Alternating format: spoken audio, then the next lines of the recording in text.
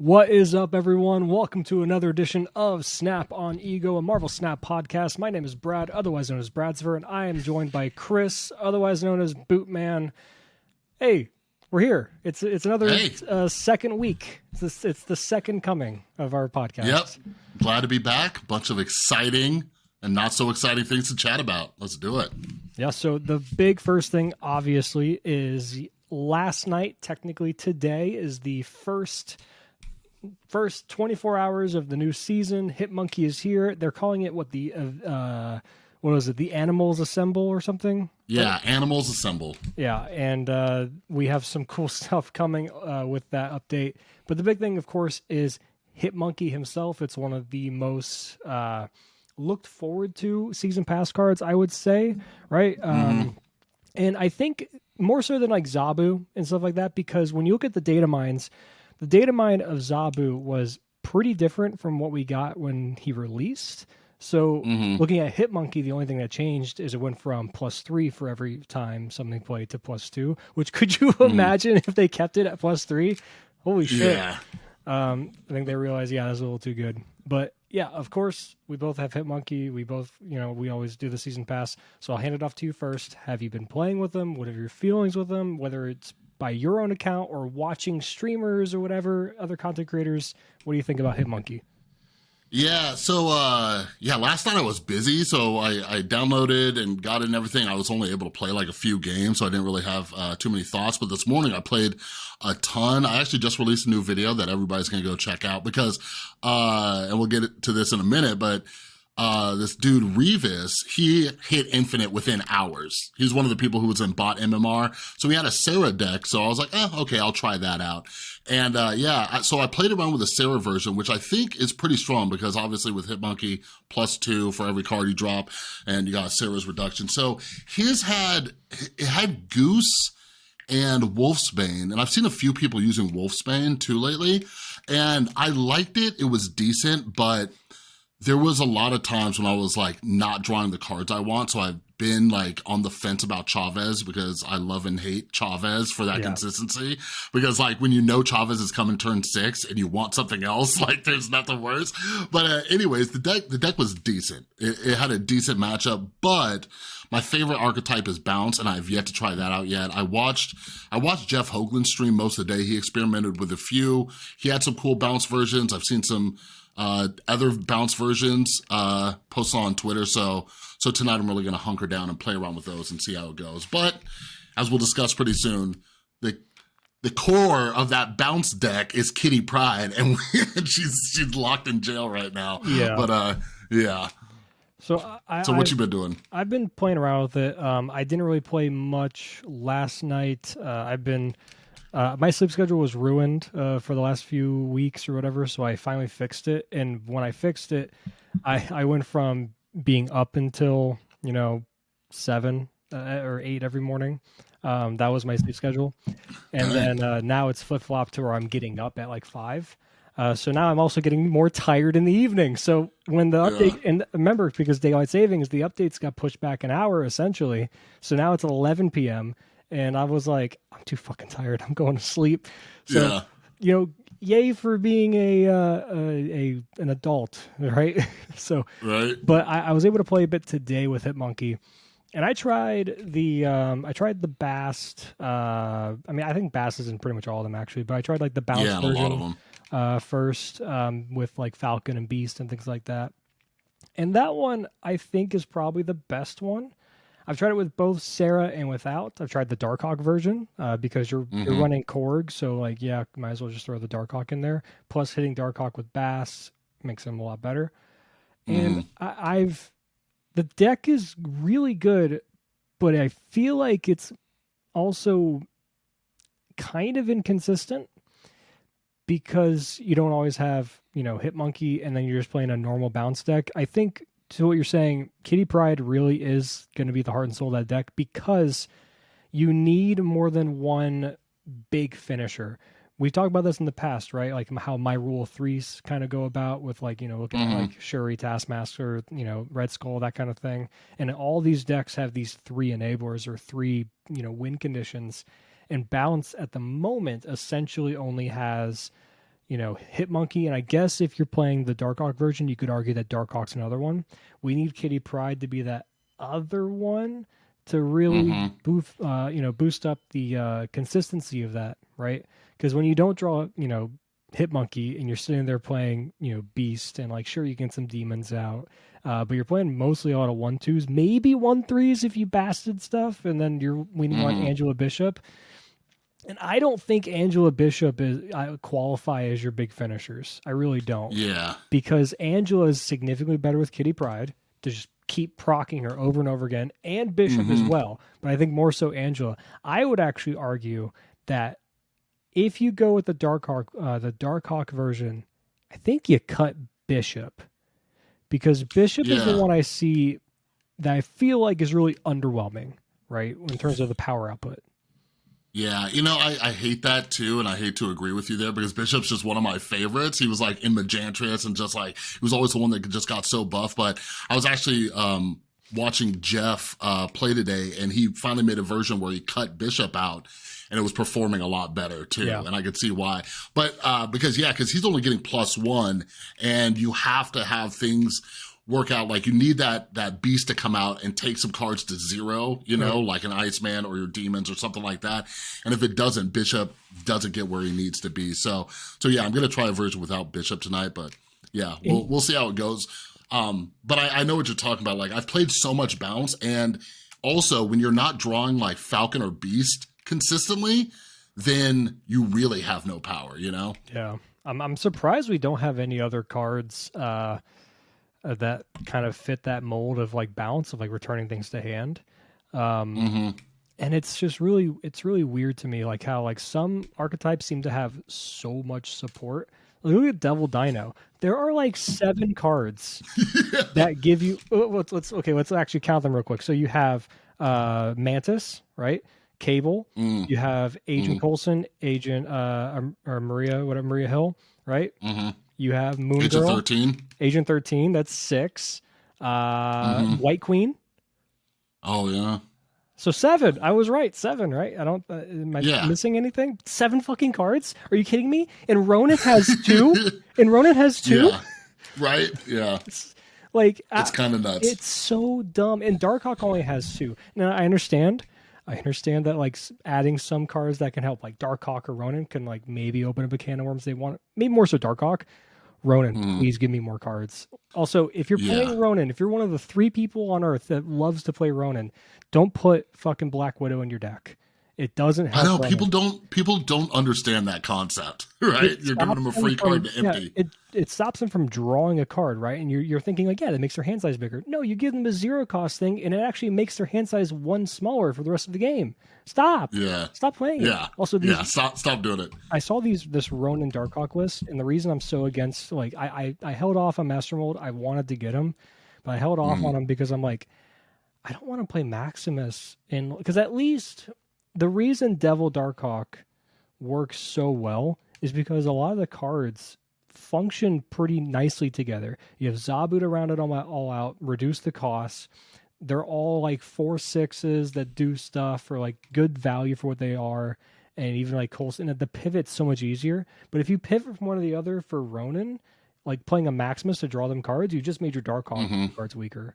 Like it's But regardless, it's tough too, because Maximus is just like this 3/7, and it does help Master Mold. I mean, with Ronan and the Master Mold combo. Like when Master Mold first came out, the deck I was running, like on turn 6, when you're able to drop Mystique and Maximus, like it's a huge boom of power. But yeah, I think the best build is combining it. Did you see Dira's deck that he used to win the tournament, where it had Master Mold and Darkhawk and Ronan? But he doesn't use Maximus in there. So I'm kind of sold on, like, you don't really need Maximus in there for that extra burst of power, But I love Maximus as a card. I think it's such a cool card, right? And also I like the character a lot too. Also, fuck that movie. Or no, not even the movie. They scrapped the movie. They made a TV show. Horrible. If you haven't watched it, don't. It's the worst Marvel thing. There's a reason that like you have to like actively dig through Disney Plus to find it. It's not in the recommended anywhere. It's not within like, the cinematic shit of like, hey, these are all the things that are connected to the MCU. They're like, not you. Go Yeah, away. and that bums me out because I love. Did you watch Agents of Shield? I love that show. I watched That's where part they of kind it, of and that yeah was about it. they introduced the Inhumans and stuff, but I never got around to watching that actual show, the Inhumans, because I heard how And awful it I was. love Anson Mount like so fucking much. He played Black Bolt. I'm a big fan of Hmm. Hell on Wheels. That's a old show from AMC. Which, by the way, there was like that stretch of like a few years where AMC was just cranking out fucking hit Yeah, after hit killing after it. hit. Like they had Breaking Bad, Mad Men, The Walking Dead, even Halt Catch Fire was good. Hell on Wheels was great. And I'm just like, holy shit. And then The Walking Dead just went on for like 7 seasons too long. And I'm like, we all have to die sometime, right? That there you go, Yeah, AMC. But anyway, so the bounce deck needs Kitty Pryde. Without it, yeah, it's missing too much. Hitmonkey is phenomenal. One thing I will say in my experience of playing Hitmonkey though is that you really want to hold him for the last turn, right? Like that's like the thing we've all been thinking of, like of playing like yeah, 4 or 5 other cards potentially, and that's amazing, right? That is something that you really want to be able to do. But I think to do really well, and if you want to take this kind of deck to infinite and you want to climb the ladder, I think you have to be more comfortable with just acknowledging that sometimes you have to play him on 4 or 5 even, yeah. and like be like, hey, he's a 3/6 or a three, or I'm sorry, a 2/6 or a 2/5. That is above rate on its own. Just Hmm. that's good enough, and Yeah. oftentimes, right? So Yeah, and you know, and like as we transition to discussing our girl Kitty Pryde, that's kind of what I learned with Kitty too, with my limited time playing her, and that's what I'm seeing with Hitmonkey as well. Is like there's a lot more strategy than just like throwing it down like with Kitty Pryde, just like throwing it down as much as possible because yeah, you have to be looking at all this different situations and stuff. And yeah, when I was playing some this morning with Hitmonkey, there were some times I'm like, hey, if I'm just dropping Hitmonkey with Mysterio, right? You're getting a 2/6 out of Hitmonkey, and then you're getting your Mysterio, and especially if you hit Mysterio with Bass or even that, it's like that's good enough. Like, I think that's something a lot of people struggle with in Marvel Snap is like just don't get too greedy, yeah, right? and Because then sometimes you wait a turn. you might draw Beast, right? Or you already have him in hand, so Yeah. you can set up to do more Hitmonkey stuff the next turn. Hmm. So people, I think people are too much in their own head about these big turn 6 plays, uh, which is kind of funny because haven't we had several metas where people complained about those, and now everyone's like, Yeah. I'd rather have those than not when it comes to the Shuri meta. And don't get me wrong, the Shuri meta fucking sucks. Not that I don't think Shuri is nearly as oppressive as people claim for that deck to be. It is Hmm. undoubtedly the best deck because it is the most consistent deck, right? Hmm. And it is a problem, needs to get adjusted in some way, like how people suggested Shuri have the rescue text of if next turn if you play a card here, double its power. Which Mm. I saw that and I was like, that makes sense. You can't really. It makes it more difficult to split up your armor Cosmo lanes now, right? Um, Yeah. so you can, but I don't know. I think that with when it comes to like the turn 6 plays, if Shuri goes away and we go back to something like that, especially with Hitmonkey and Kitty Pryde eventually coming back, Hmm. maybe we get the pitchforks out again for the turn 6 stuff, and everyone's like, "Where's Leech? Buff Leech. He Yeah, should be a you know, like 5/8." that's the thing. We've mentioned this before. Like this, it's a very complaining community, and I have toned down my complaining so much just because like I don't know how they find the balance for it. Like I don't know. for example, like Hitmonkey is such an amazing card, but like think about when we were in the Surfer and Zabu metas and everybody was screaming pay to win, and I'll die on this hill any day. I don't think $10 is pay to win. No, Like if you can't find $10, and everybody, dude, so many people are doing season pass giveaways. Like I did 3. There's other people doing them like weekly. I just saw Nina did one on Twitter yesterday. She's doing one on her stream today. Like there are just season passes flying everywhere. I did a whole dedicated video on how you can fund your Marvel Snap habit. Like find some freelance work or whatever. But yeah, now my concern is Hitmonkey, when people are seeing this card shine, people are gonna be like, "Oh, this is pay to win," and you know what I mean. And I I mean, don't know. I just look, we need to tone it down. every TCG is pay to win when you get down to it, right? Any Yeah. card game, no matter what. If you play Magic, and it doesn't even matter if it's paper or digital, they all have some type of predatory monetization, techniques or things like that. Hmm. And and they're all going to be pay to win at the end of the day in some form or the other.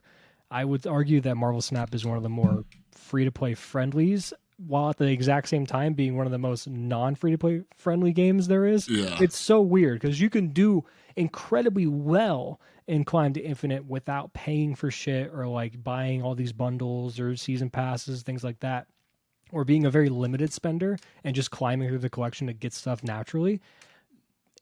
But the other side of it is the fun factor. Are you having fun with it's like the Squidward meme where she's SpongeBob and Patrick playing with like their hit monkeys, their Kitty Prydes, their Negasonic Teenage Warheads. They're like, oh my god, that looks so much fun. You're like, I got a dino deck.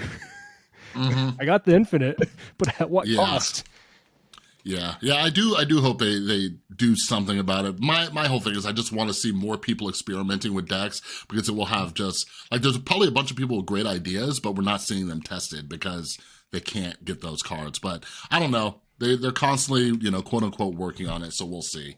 But yeah, speaking of cards that we don't have, I spent 6,000 tokens on Kitty Pryde, and I miss her every single day. They should just give her to everyone for free. I keep hearing everybody say that. I'm just like, that's like, I don't see that happening. And then like, I wonder what the compensation will be. 6,000. Here you go. Hey, I'll take that. But yeah, for those who don't know, everybody should know by now, but Kitty Pryde came out for what was it, 24 hours? It was longer. Like a day. It was longer than that. It was almost a week. Yeah, was it? Yeah. So she came out, great card. There was a lot of bugs and something that, because I'm in the little creator, we have a little creator Discord for the creator program. And we're hoping to get like, I don't know, some like heads up, especially about like card functionality. But Glenn said he's not going to do it until they're officially announced and stuff. But there were so many questions around Kitty because she wasn't interacting with Collector. She wasn't interacting with Beast. She wasn't getting affected by like wave and different like locations and stuff. So it took a little bit. So those were like bugs, but they took her out of play because people were crashing and not being able to get back in. Did you ever have that happen, like playing against her or anything? And I saw her quite a fucking bit because I was in Infinite for the first time playing before the season. So I pretty much, a lot of people you see in Infinite, unfortunately, are ones that have all these kind of cards. And I saw her so much. Yeah, I played like crazy with her. She's actually, I used her to get to Infinite, like climb like the last few ranks. I played her a ton, but what was happening was some people were getting locked out for like 10 minutes. Some people, I guess it was hours, but I think there was a workaround. So basically just, it would do like the Kang glitch, right? Where someone would play Kang and it would say, oh, I'll snap, something happened. And you just join back in. But with hers, you could not join back in. And like, I would like close the app, reopen it. I run over to my computer, try to load it in there, whatever. But for me, a workaround that worked was I would click on the little battle mode and then it would just like go back to normal. Right? And somebody else mentioned that worked for them too. But anyways, they took her out of commission. So what I did want to discuss was how many people, and this drove me nuts, how many people were saying, don't test anything. Don't you guys test the cards? Why don't you guys at least test this? Like they just threw some code together and just like sent it out into the wild.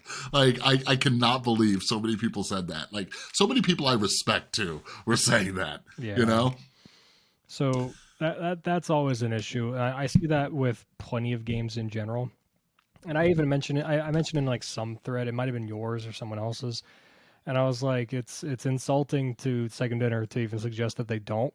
I'm like, bugs and glitches happen unexpectedly in every game. And then someone's like, so because bugs happen in other games, we should just find this acceptable. And I was like, I always think of that classic tweet of like, Twitter's the kind of place where you can say one thing and someone takes someone else. It's like, I like pancakes. It's like, you hate waffles? Like, yeah. Right? I always think of that. It's like, did you not read what I said? But regardless, it's very frustrating. And I'm seeing Glenn get tagged way more in random fucking threads than I ever saw before. I think because people caught on of like, this guy likes to communicate with us. Yeah, he answers. And I'm sitting there going like, oh no, please stop tagging Glenn for every little fucking thing. Like, especially when like it's all, like, if you are a Marvel Snap average fan, you just play the game, that kind of thing, follow the Snap Updates account on Twitter, go in the Discord, check out like the fucking Ask the Team stuff. Go through there because Glenn answers all the stuff there, and he answers stuff in Twitter. But usually the people that are asking it are content creators. So you'll probably if you follow your favorite content creators, you'll end up seeing his responses in there regardless. We don't need to pile on and just keep tagging for everything because he's responding in the Discord. He's responding to content creators. He's responding in the content creator Discord. Like it's too much. These people are human, okay? That's the thing you need to remember. They are people just like you and me. They might have more money. They might not. It doesn't matter because at the end of the day, they're going to die too, just like you. Yeah. Who fucking cares? Let them live their life. God bless them. Like I am not huge by any stretch of the imagination. Like on Twitter, I've grown to 1,700 followers. A lot of it's because I'm making people follow me to do like the giveaways and stuff like that. But I get tagged. Like I get tagged in so much random stuff, right? I have DMs just flying in and I try to manage, because I'm working full time. I'm doing the YouTube channel. Me and you are doing this bi-weekly podcast. So like I can only imagine someone like Glenn or Ben Brode or whoever, just getting tagged, especially for stuff that's been answered. You know what I mean? Yeah. Like going back to the Kitty Pryde thing, like I saw Glenn answered it on the Discord. He answered it in Twitter threads. Like he made a thread about Kitty Pryde. He answered about testing Kitty Pryde multiple times and people were still tagging him. And I'm like, Christ, people, but it's one of those things. Like, it's crazy how we have so much access to information because of the internet, and people will still be like, nope, I'm not going to see if that's already been answered. I'm going to just go do this thing. And it's almost like extra effort. Just go see if it was answered, see if somebody shared it. Like, I'm constantly trying to share stuff that's coming from that, like, Marvel Snap Bugle account. Yeah. Because he's always pulling stuff from the Discord and stuff. But yeah, follow... Yeah, what's that account? Marvel Snap Daily Bugle, right? No, at Marvel Snap Bugle. Yeah. Follow that account.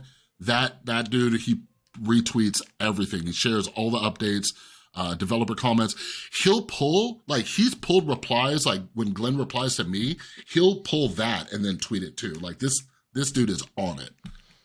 Yeah, and that's what I'm saying. Like, you have all these tools available to you in pretty much like the Discord channel, all the content creators you follow. Hey, guess what? You can simply follow Glenn himself. Did you know you could do that? And you know what you could do? I turned his notifications on. You could do that. You could even, when you have a question, before you tag Glenn, you know what you should do? You should go, I already typed it in. Let's click his name that I just typed out. Before I hit send tweet, let's click his name. Let's go to tweets and replies. Oh shit, he's answered this question 50 fucking times. Yeah. Like, just take a set. Like, again, these people are humans. And we're seeing, all these content creators like discuss like burnout with games, and we see it all the time, whether it's with Marvel Snap or whatever. We even saw Howling Minds just announced that he's stepping away from Marvel Snap Zone, which good for him. He's pursuing his dream of owning an LGS. That's awesome. That's been on my bucket list for years. And he's an amazing person. I wish him the absolute best. And he stated these, like, I was working full time. I was doing all the editing and stuff like that for the channel. I was doing write-ups. Like he was burned out and he needed to commit to something else. We see that all the time. All these people you see online are humans just like you. Let them breathe. Just give them the time of day. And you'll get your answers. And even if it's not an answer you like, who cares? I get it. You're passionate about the game. It's the same thing where I get dogged on for saying that the community is overly negative, because I've had people DM me being like, you're wrong about this or whatever. Or whatever.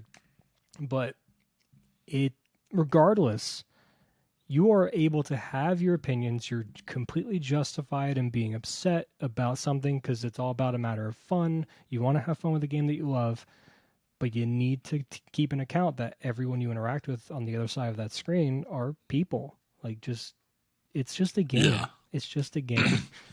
There's a right way and wrong way. Like, you could be friendly about it and ask questions, you know what I mean, without just being like an absolute jerk about it. Can't believe they didn't test it. I can't believe they didn't test the fact that I was going to tweet this at them. They should have seen that coming. You're developers after all. So, but speaking of people being pissed, there was some hubbub about the last featured location. Was it the last one? Krakoa.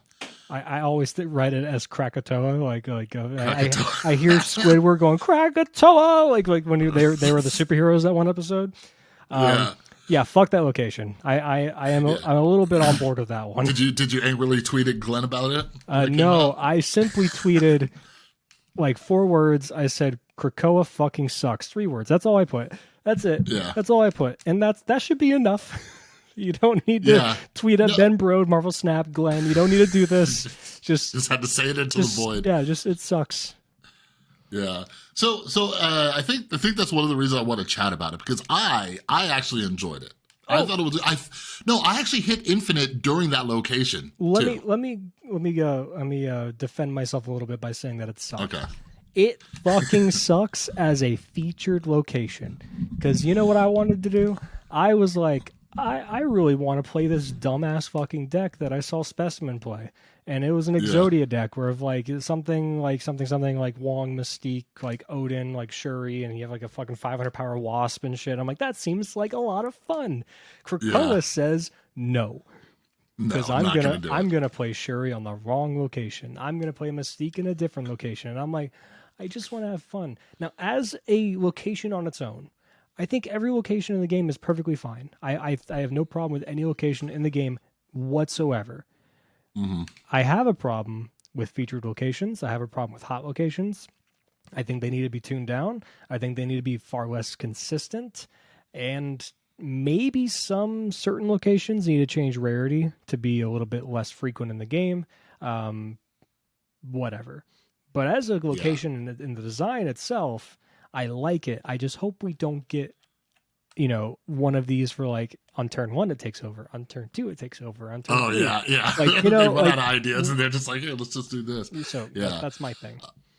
Yeah. So, one thing, glass is half full. They did tune it down. Because wasn't it like 48 hours or something like that? They've limited it. Oh, dude, that fucking sucked when it was 48 hours. Yeah.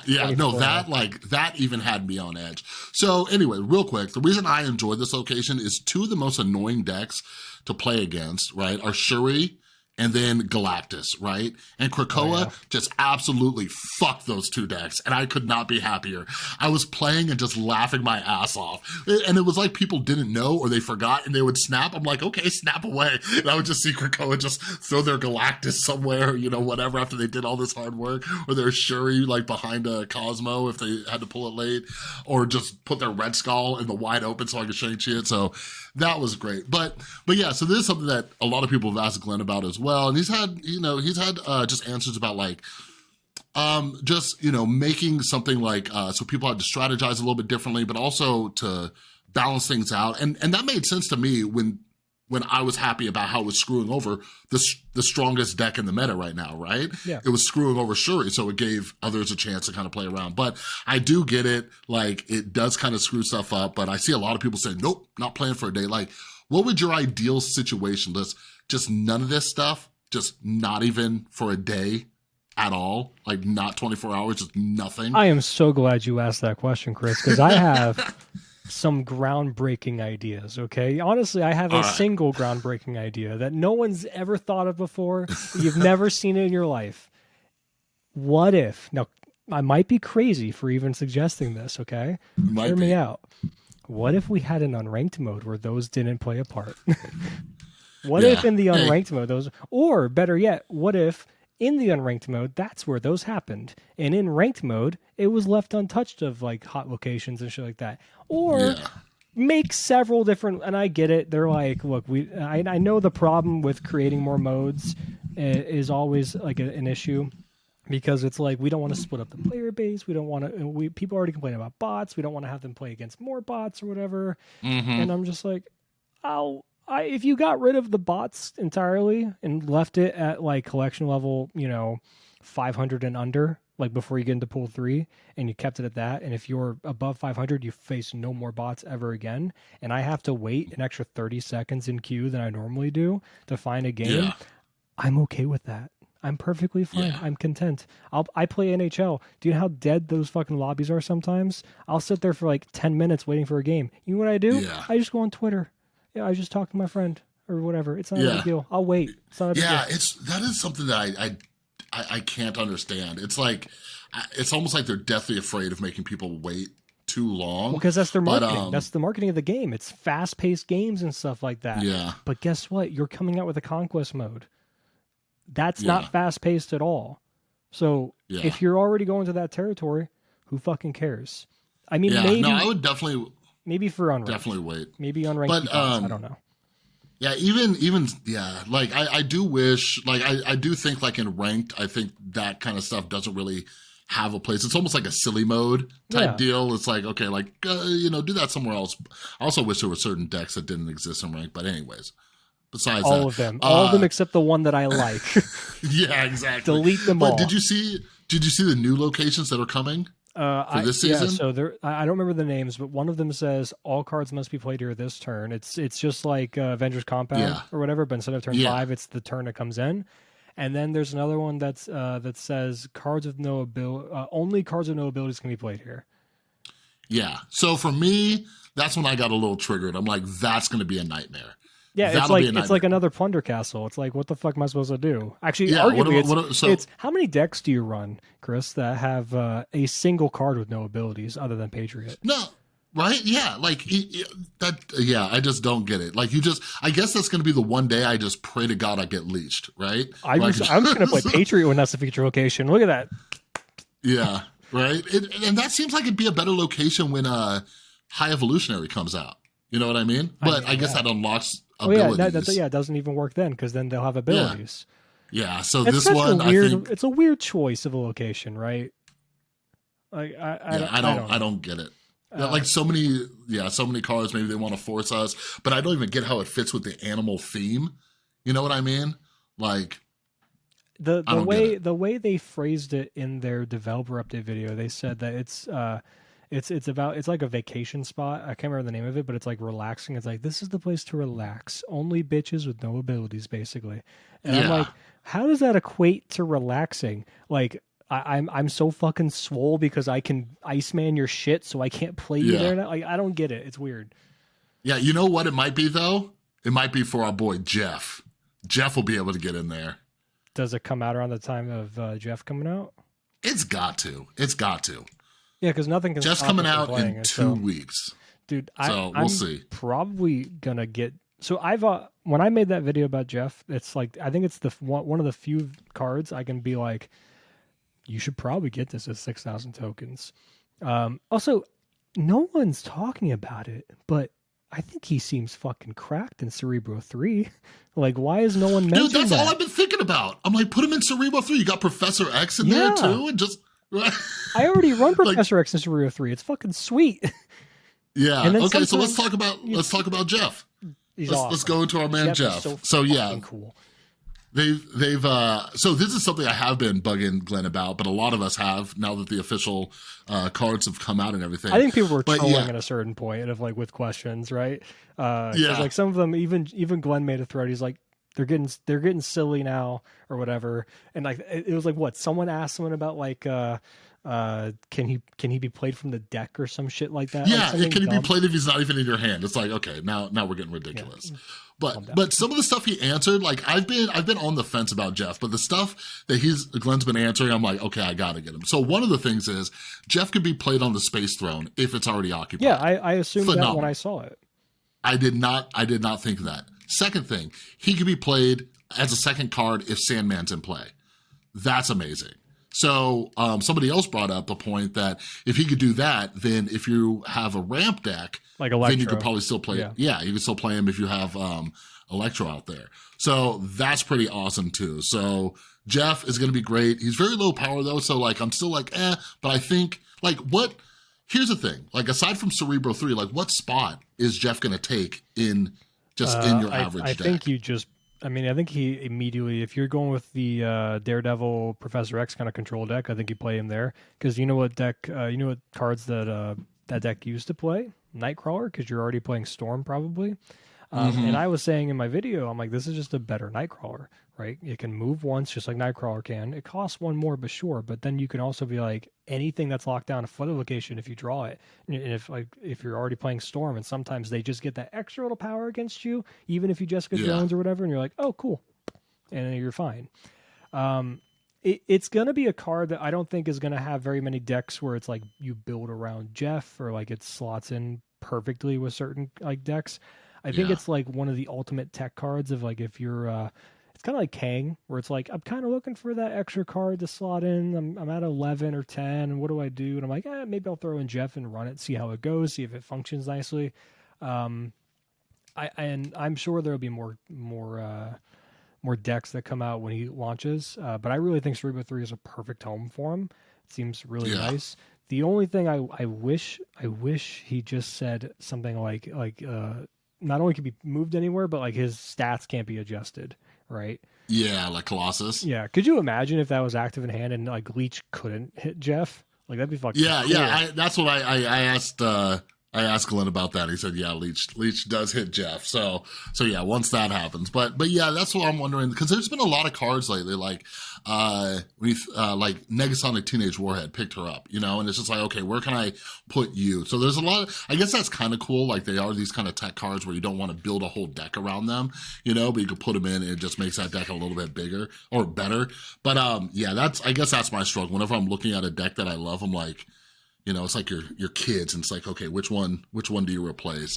That's one of the reasons I've been liking Sarah decks lately, though, is because there's so many different versions and variations, and Yeah. just swapping things in and out. So maybe Jeff will find a place in the Sarah deck too. You know what I mean? Yeah. I just think he's one of those catch-all cards, right? That just feels like good in a deck because Yeah. sometimes you just have those moments happen. You're like, I need to be able to do something, or whatever. And I'm sure there are gonna be plenty of games where Jeff can win for you and like kind of seal the deal, especially if you like hold on to him like turn 6, assuming there's no leech involved, and like they Mhm. think they have a lane locked down Professor X, so they're like, okay. And like oftentimes, if I'm going against that kind of deck, they don't even try to split up the other two lanes too much. They kind of focus on one lane because they're like, I already have Professor X taken over, and they kind of give you that other lane for the most part. Yeah. So then Jeff can really like steal games like that. And of course, if you're playing that deck, like I said, that'd be pretty good. I think Jeff is going to be a really, really good card. Yeah. So speaking of updates around Jeff, we've also gotten updates around Stegron and Snowguard. So Stegron, I kept hearing different things. Like I assumed Stegron just moved things at random, kind of like Juggernaut. Stegron's a 4/5, and his card reads, move one card from this location, an opponent's card from this location, right? A lot of people were being like, oh no, it doesn't say random, so you could probably pick, right? But Glenn clarified, it's totally random. Yeah, And could you like when I look at imagine if that, it like, wasn't? Like, what the fuck? yeah, like I just don't see any value in that card. Like I'm already not like the hugest like Juggernaut fan, but this seems like A worse you're Juggernaut. paying 6,000 tokens for Stegron to do something worse almost. I wouldn't say it's a worse Juggernaut. I would say it's probably it's a different Juggernaut, right? Because Juggernaut's about the turn you play it, and like you want to play it like in a stormed location, right? You play Storm 3, Juggernaut on 4. I think that's a really good thing. But being able to play Stegron on 6 potentially, like in like a Zabu shell, maybe play him like a Dino Darkhawk deck, get him reduced, and like I need to win this lane, or maybe you go 5-head, right, and then you play Stegron on the lane where like it's the Red Skull behind not Cosmo but a armor, and then you play the Shang-Chi in second in the other lane. You're like, I hope he hits, like that kind of thing. Yeah. Like maybe stuff like that. The randomness does make it a little awkward. I don't think it's going to be that good. Again, it's just my issue with these cards. It doesn't feel like a Series 5 card. It feels like a Series 4 card. Yeah. It really does. Yeah. But it's just, and honestly, I think both Stegron and the what's it called? The Hawk. What's her name? Snowguard. I think she fucking sucks. No, yeah, and the more details, that's the next one. The more details. Have you been reading all of the updates Glenn's been giving us about Snowguard and how that card's going to work? Not too much, no. Yeah, so I've been keeping up with it, and that card sounds confused. It sounds way more trouble than it's worth. All right, so this card, it transforms into a hawk or a bear, alternating turns, right? And the Isn't hawk, it always a hawk first? Yes, so it's always a hawk first. And the hawk activates the location, I believe, and the bear eliminates it, or vice versa. Yeah, the bear One of the ignores two. it, I'm pretty sure, right? And then the hawk Yeah, re-triggers it, but it's symmetrical. So it's not like you activate like Wakandan embassy and you're like it only works for me. Like yeah. that'd be kind of interesting. But how many locations are there where like besides maybe like Hala, like to like blow up an opponent's lane, maybe. Yeah. Um like I don't see the use too much because most of them or pretty much all of them are symmetrical. So and a lot of them are just stagnant, like power reducing, power increasing. There's not a lot of them Mm-hmm. that do something, and the ones that do something can be a little bit detrimental to game plans. Like the one that drops a card that turn on that location. That one can fuck you Yeah. over pretty easily, especially like for both sides. And Wakanda MC just gives them stuff. I guess in the sense of maybe you have cards in hand, they don't. Maybe you play that card in like a bounce deck or some shit. But I don't know. It doesn't feel impactful at all, and it feels so RNG focused. Even though you kind of control them, that you control that RNG, I don't think it's good.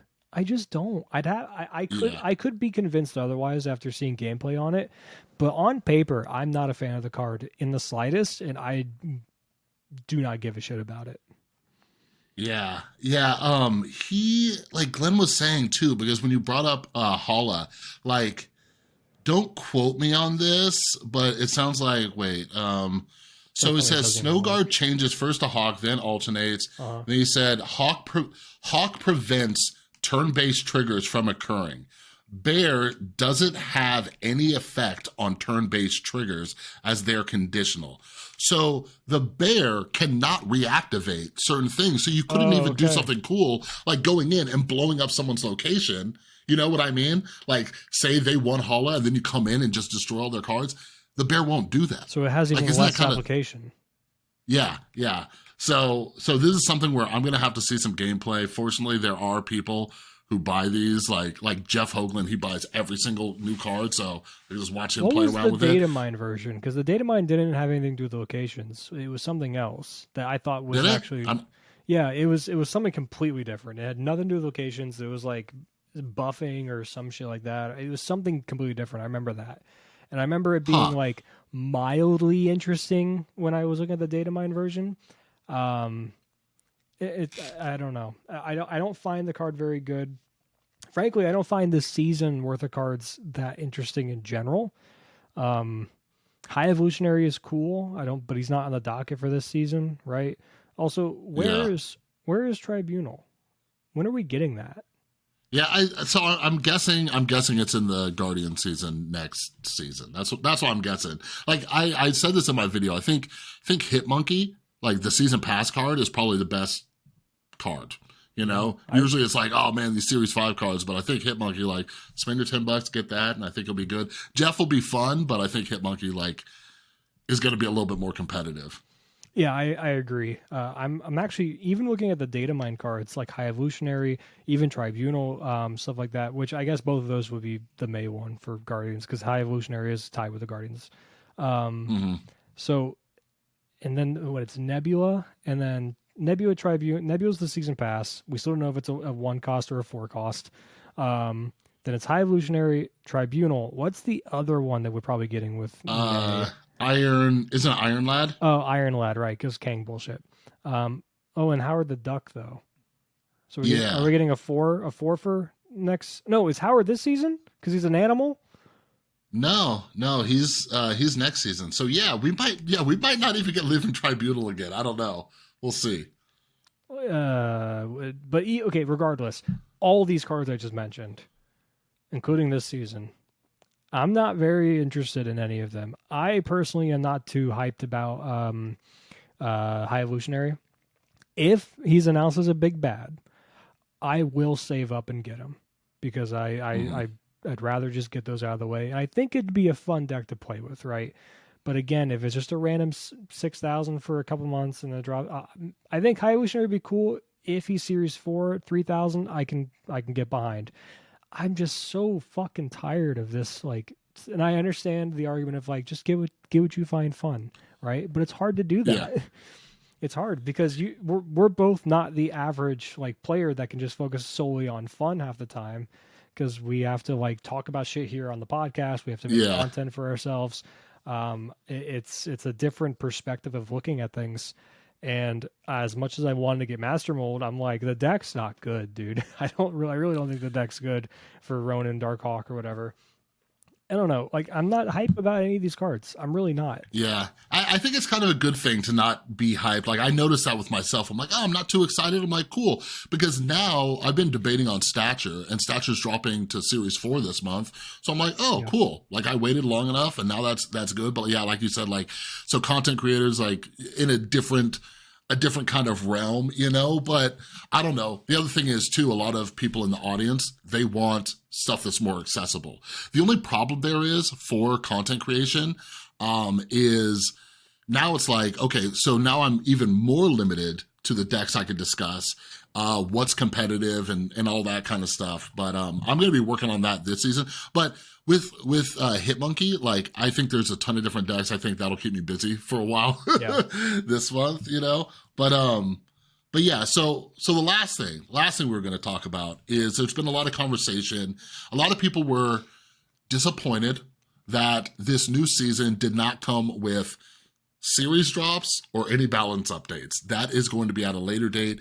Glenn actually mentioned The series he used drops, the words right?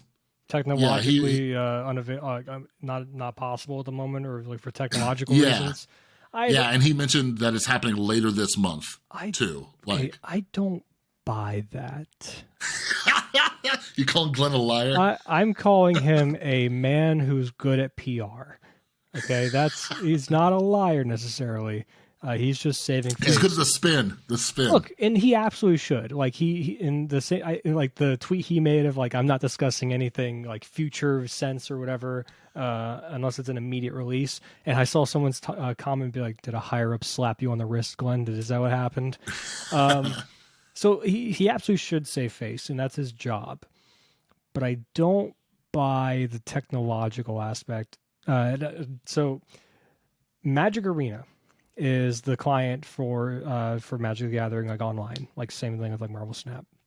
And when that launched years ago, even during the beta, but especially during the first year, they would not shut the fuck up about this amazing state of the art, high tech ability of it's so easy to add new cards because Magic's discography of cards is so massive. There's so many cards to add in like all these different formats. And they're like, we can do that just like that. It's not even an issue. It's so sophisticated. It's able to program rules into the client like it's no one's business, and it's amazing. And then what they decide to do is like, we're going to release things 15 cards at a time, like for like, you know, like things that aren't in a standard set, and that piss people off. Like Pioneer should be on Arena at this point, and they're slowly getting to it. That's why the Explorer format exists, because they're like, oh, it's Pioneer Light. But how are you going to brag about these, what's it called? This technologically amazing aspect of your client where you can just program things on a whim, but then say, no, we're not going to do that. You know why it is, Chris? Because it doesn't make them money to do it in the way that's like benefiting to the consumer. Just like when it comes to the series drop, and I don't think it's exactly a 1-to-1 ratio here, but I guarantee you there's something to it where it's not as beneficial as far as from a business perspective to do the series drop with the season. I don't think it's a technological issue. I find that to be straight up bullshit. I would love for them to show me exactly what it is about the programming and the way their client works, where that seems like just not possible at the moment. Because I understand they said their hotfix thing is broken, essentially, or still broken, or whatever. Yeah. So, which is weird too. That's one of those things that they announced and hyped up, and they're like, "Oh wait, never mind, we can't do this." It don't work no more. Sorry, guys. Yeah. But so I guess maybe the series drop is something that's like it's a big enough update to be like, hey, this needs to go with a patch, which then you have to go through Google and then iOS and Apple to like get the patch Mm-hmm. approved and for the app stores and stuff like that. That's the only instance where I can be like, okay, I'll buy it. But even then, what is in the series drop?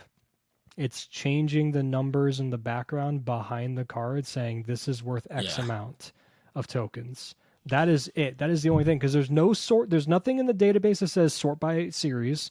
There's nothing in the game. There's no first edition things like that. There's nothing that Mm. visually showcases if this is a series or like whatever. The only thing that it does is in the token shop, there's a little bar that says series whatever, and then it has the token price. That is, Yeah. to my understanding, anyone that's watching or listening can correct me in the comments if I'm wrong. But to my understanding, that is the only thing that differentiates series cards at the moment, right? So Yeah. how does that require an entire update to change for, or maybe like what, 8 cards, 7 cards in total to be like, yeah, this costs Yeah. this now and stuff like that. Like, Yeah.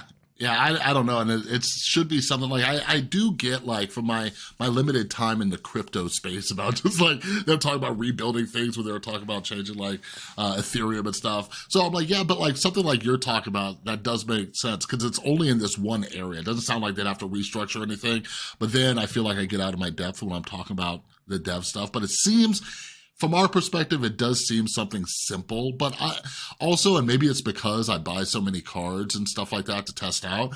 My whole thing is like, I'm more thinking about like the balance patches. And at the same time with the balance patches, like, I don't really care. Like, I personally feel, and this is where I'll get attacked.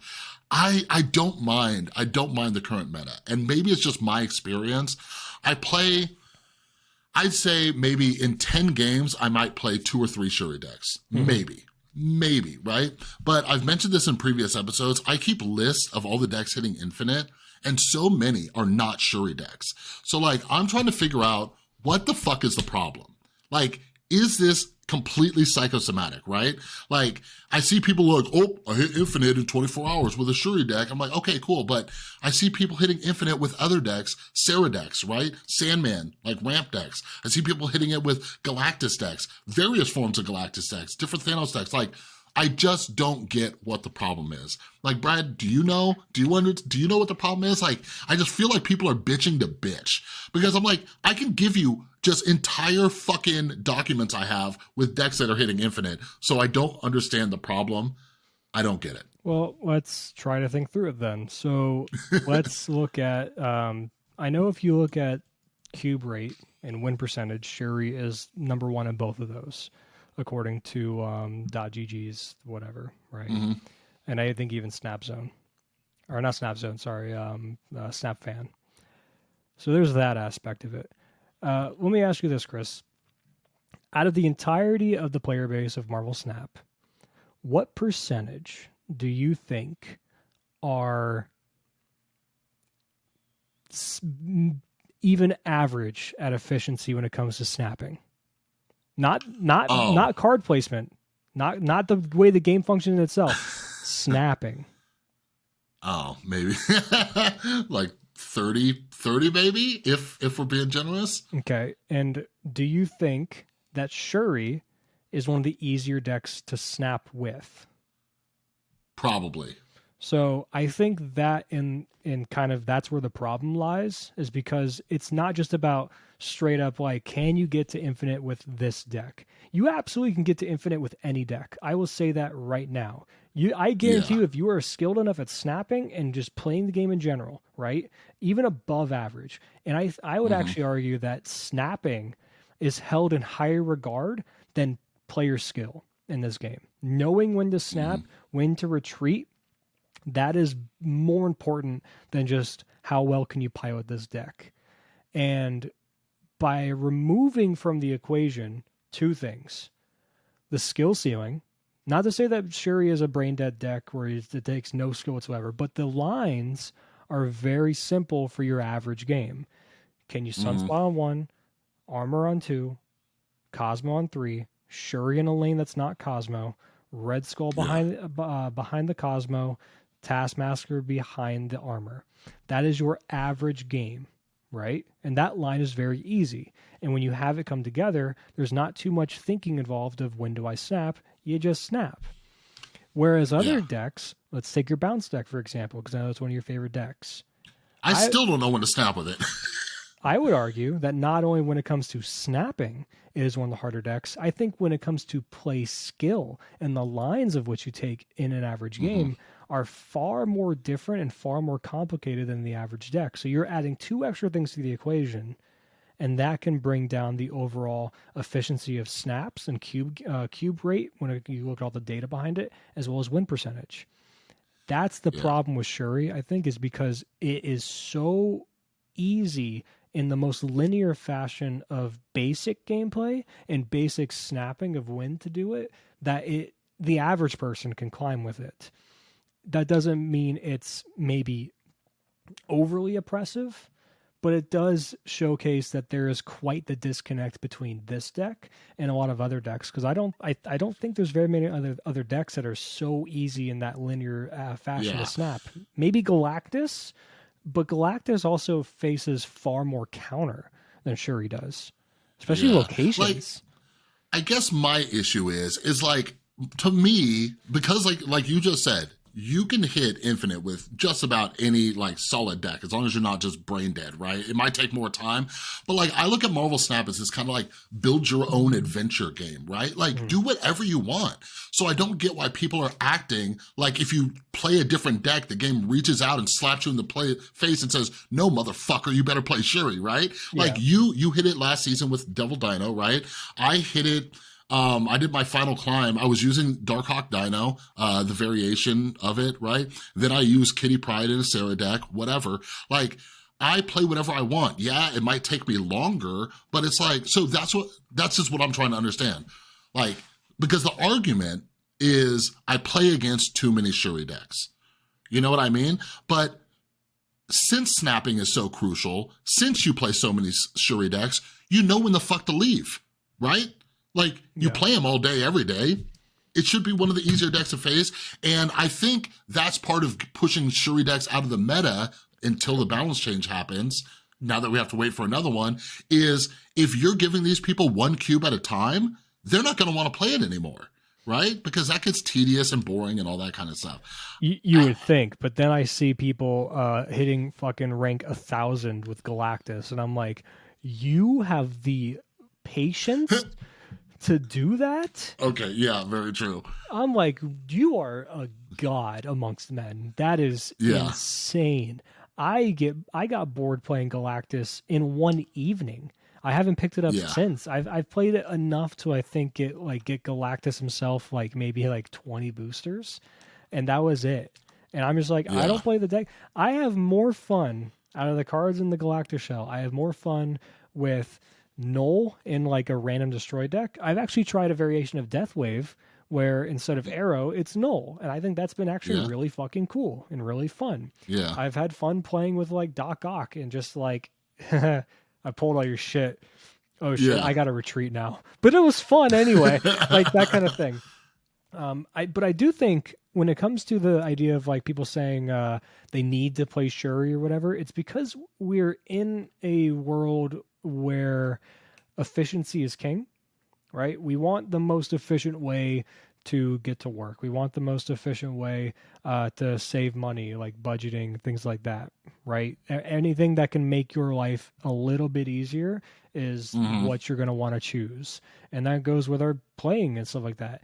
Any game you want, anything you can think of, if it has any competitive skew whatsoever, anything that's even close to resembling a ranked mode, right? Or something to like show off the fact that like I'm better than you. There are thousands of videos for every single one of these games that say this is the best gun to use in Call of Duty. This is the best loadout. This is the best person to play as in Overwatch or Team Combat Overwatch or Siege or the gods you play as in Smite or the champions you play as in League of Legends, right? These are the best things to do. Even if you're playing fucking like Madden or like any sports game, these are the cards you need to go chase in Ultimate Team. These are like, there's stuff for everything. And it takes away the idea of the journey of just playing the game, right? and you Mm-hmm. want to be the best and find the shortcut to be the best. And it's the same thing with Yeah. Snap. The problem is that second dinner as a developer, that ideology of I need to play the best deck, I need to look at what's on the tier list, that kind of thing, does not line up with theirs of what they want Snap to be. Because they've said for how long that they want Snap to be a collection based game, first and Mm-hmm. foremost, of everyone having different collections, different journeys of how they play the game and stuff like that. But the way the ranked works, the way the ladder works as it is right now, with no unranked mode whatsoever outside of battle modes, which you need a friend to play with in that sense, Mm-hmm. it doesn't support the idea of it's a collection first game, because people see that number drop when they lose to a Shuri deck and it fucks with Yeah. them. They're like, I guess I need to play Shuri, or I need to do like that. I think that's where the disconnect is. It's just if second dinner introduce one of two things, an unranked mode to allow people to be free of the MMR, the ladder, and just kind of enjoy the game and enjoy the collection that they've built. And you probably see a lot more interesting decks in that ladder anyway, right? Mm-hmm. Either do that or create more ranked modes or something added into ranked to give players more tools to combat these kind of decks, like how I've mentioned, like best of 3 and stuff like that. I think Conquest is going to be a nice step in that direction. Because I do think that there are decks like Galactus that will not be very good in Conquest because of the fact of, like, it's not an any given Sunday type of thing like the NFL. It's a best of 7 series Yeah. like in hockey or basketball or baseball, right? It's a completely different animal. Um, Mm-hmm.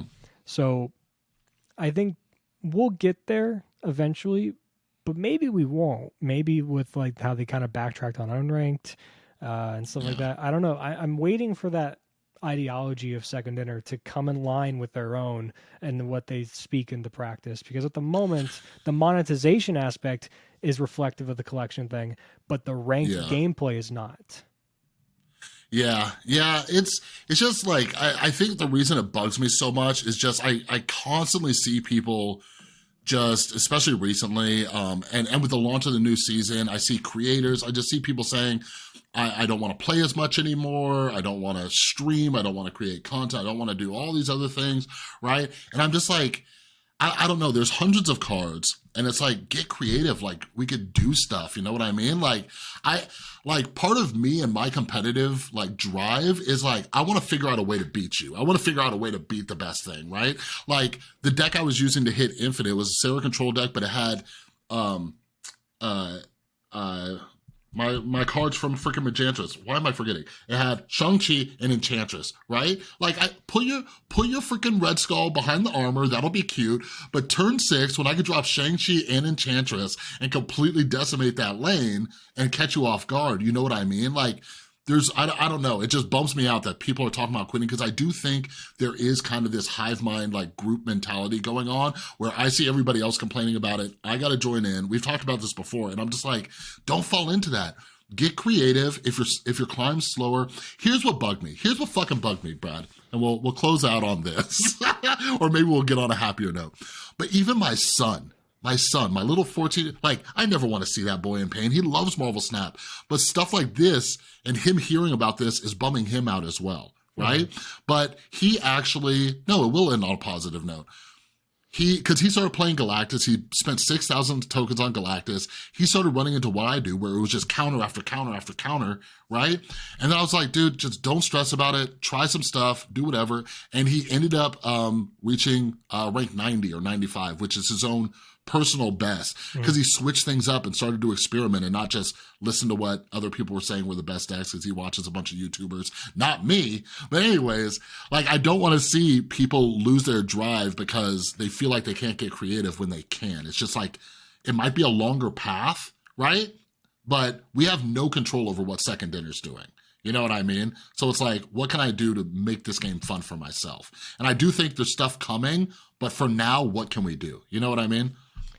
If anyone from Second Dinner is listening to this, I will say, if you can get your technological reasons straightened out to where you can introduce series drops with seasons, and if you want to differentiate between the balance update and the series drop, and say, let's say the series drop comes out with every new season, and the balance update comes halfway through the season because you want to see how the season pass changes things. I can get behind that.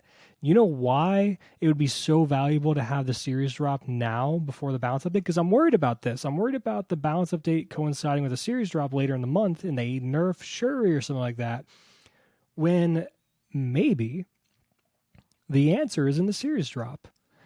What's dropping to Series 3 this month? Shuri. Other than Shuri, though. Valkyrie? Bast? Valkyrie. Valkyrie is an amazing counter to Shuri decks. Yeah, fantastic. And do you think players are prioritizing getting Valkyrie with their tokens right now, 3,000 tokens? Absolutely not. Yeah. They're prioritizing getting Shuri. Now, if Valkyrie was a Series 3 card and it was more available to the masses, of course Shuri will be as well. But I'd argue that there's a higher percentage of players investing in Shuri as a Series 3 or even 5 card previously, or 4 card, 4 and 5, than Valkyrie. And by seeing this uptick in Valkyrie, maybe there's a new deck that pops up, or maybe Valkyrie ends up being one of the best decks, and people are just like, oh shit, that's really good against Shuri. I never thought about it, because who the fuck's playing Valkyrie right now? How often do you see Valkyrie? When I see Valkyrie, I want to stand up and applaud. I'm like, this is so cool. Yeah. I had never seen, it's like seeing Dazzler in the wild. Who the fuck's playing it? Yeah, and Valkyrie, it's very rare. Valkyrie is no Dazzler. Dazzler is shit. Bring her back to her original, because I tried so fucking hard. I got her into cash. I tried to make her work in every goddamn deck I could think of. Like, even Patriot didn't work, whatever. It's just not good enough. Valkyrie is a damn good card, and it's a deck that you can build around. It can go into Cerebro 3. It can be a Valkyrie control list. I know you and I sent decks back and forth for Valkyrie control list, trying to mess around with stuff like a season ago or maybe the season before. It's such a cool card. And people are putting in like a Patriot type deck too now. Yeah, with like Bass. Yeah, so. So yeah. So I hope if you're listening to the second dinner, hear what I'm saying. Differentiate the two. Series drops should be the priority with the new season. Allow players to experiment with new cards, because they're not only going to be excited about the season pass that comes out for that card, like Hitmonkey, they're going to be excited to see cards drop into an accessible series that they never had access to before, and you'll see more cards. Because I guarantee you, and I know this for a fact, in playing, and I'm sure you can attest to this, whenever there's a series drop, I suddenly see the cards that were in the series dropped quite a bit more. Oh, yeah. Yeah, like even just when I remember when Null dropped down to Series 4, and I was like, oh shit, and but everybody had already bought Galactus and stuff. But yeah, I do like that idea. But yeah, I hope players get into a better mindset. Like I mentioned this in my video. I was like, because I stopped stressing so much about Infinite, I experimented with way more decks, because I think people are afraid to experiment with decks because they'll lose rank. Like, you play so many games, you'll get it back. You know what I mean? I tested out so many different decks. I dropped from 95 to 82 just messing around with decks. And, you know, it sucked a little bit, but I got used to what works and what doesn't and stuff. So I just hope people don't limit themselves thinking that they need certain cards. Like, get crazy, experiment, do stuff. Think outside the box. Have fun. That's the most important thing. Do stuff that makes you have fun with the game. And exactly. But yeah. And of course, like I always say, I want to do this every other week now. I introduced this as the last episode. Hey, Chris, you're a content creator here on YouTube, right? You do shit. I am. What do you have in store for us? I know you already said you're going to be doing a bunch of different Hitmonkey decks, a bunch of different content around that card. Is there anything else that we can expect that's in the pipeline that you're excited to work on or maybe introduce to the public? What are you working on for us? Well, I am trying to be more consistent this season with content. But yeah, I do, that's a great question. I should have thought about it more since I knew it was coming. But I do want to get a little bit more creative and do some stuff, because sometimes just trying out different decks does get a little bit boring. So I don't know. Maybe it'll be a surprise. Maybe by the time we get here next time, I'll have a whole assortment of new content. What I do want to do is start asking my audience a bit more. So if you guys are watching this on YouTube, like, what kind of content do people want? You know what I mean? Because it's got to get boring seeing the same decks over and over and over again. You know what I mean? Maybe I'll have my audience build me some more decks. I don't know. We'll see. Do you have anything crazy going on, Brad? Not really. I'm trying to do more. I know my upload schedule is like maybe 1 or 2 videos a week right now. I'm not quite diving all the way into like the every other day or even daily uploads at the moment, just because I'm not motivated in the sense to do that quite yet. It just, at least for content that I'd like to put out, right? Trying to do more gameplay shit, and like showcase some different decks and that kind of idea. But as you just said, that even can get old after a while. And doing that daily, like I see other content creators do, just seems exhausting to me.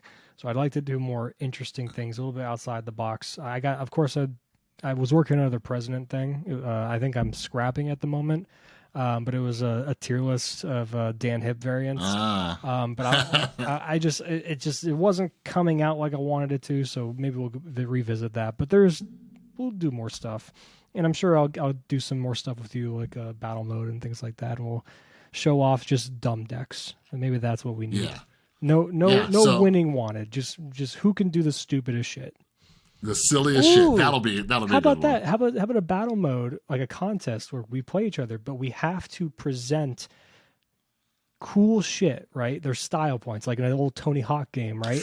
Right? It's like, hey, you won, you get X amount of points for that. But did you pull this crazy thing off? And if you did, even if you lost, you get 4 extra points, and whoever gets the most of that would be interesting. We'd have to figure out a whole scoring model and everything like that. We can do that. So I'm making that work. We'll figure that out. But for everybody to catch that, they'll have to subscribe. So I link Brad's YouTube channel down in the description of all these YouTube videos. So make sure you go subscribe to Brad so you don't miss it. Catch up on his content, and hopefully you're subscribed to me if you're watching this on YouTube. You know what I mean? I'd be shocked if they weren't. But that's gonna do it. That's gonna do it for us this week. We love you. We appreciate you. We always, really appreciate the support you guys give us. Of course, with Chris's channel and my channel now. And you can follow us both on Twitter at Bradsiver, and then Chris, you are. It's at BootmanMSTZ. And then maybe eventually we'll make a fucking account for the fucking podcast. We'll have to figure that out if it's actually, let us know. Do you think that's worth it? Would you rather follow a podcast account? What the fuck would we post on it besides updates of episodes? Like I don't know what you want from that. So let us know what you think, and we hope you listen to us the next time. Bye-bye. Peace.